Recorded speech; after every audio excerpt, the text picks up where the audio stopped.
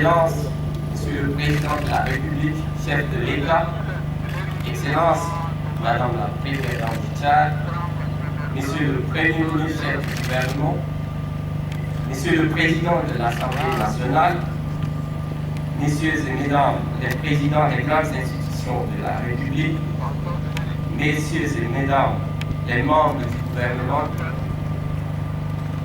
Monsieur le Vice-président de la CNDC, Excellence, Monsieur l'ambassadeur de la République populaire de Chine au Tchad, Mesdames et Messieurs les ambassadeurs et représentants des organisations internationales, Mesdames et Messieurs les députés, Monsieur le Président directeur général de la CNDC, Monsieur le gouverneur de la région du Charif-Anguéni, Messieurs et Mesdames les autorités administratives, militaires, traditionnelles et locales de la région du Charif-Anguéni, Messieurs les directeurs généraux des sociétés pétrolières, distingués invités, Mesdames et Messieurs. Plus de 12 ans après l'ouverture de la bande de Comé, le sous-sol du Tchad ne finit de révéler sa fertilité pétrolière. L'année passée, nous étions à Badira. Aujourd'hui, nous sommes sur le site Grand Borma. Demain, nous serons sûrement sur un autre site. Et c'est pour la même opération. C'est dire que le Tchad reste un pays béni de Dieu. C'est pourquoi, avant tout propos, je voudrais lui rendre grâce et reconnaissance, lui qui a permis que cette importante cérémonie ait lieu en ce jour.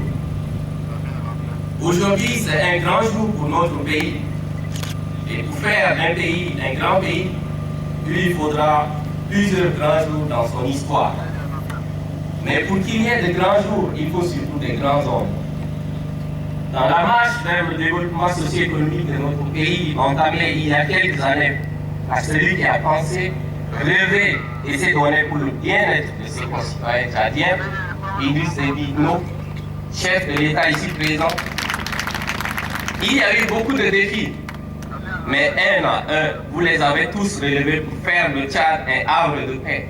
Alors qu'hier encore, certains hauts dignitaires de ce monde le qualifient, et je cite, le Tchad c'est un vaste territoire délimité par la frontière de ses voisins et peuplé de sauvages.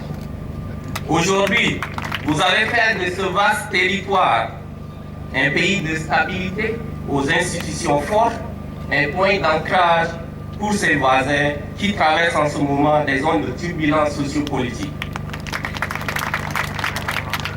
Grâce à vous, le Tchad, berceau de l'humanité, pays de Touma, et fait résolument route vers l'émergence, cette réussite que le peuple tchadien met à votre actif n'est pas le fruit d'un hasard, mais d'une gestion planifiée et bien cadrée.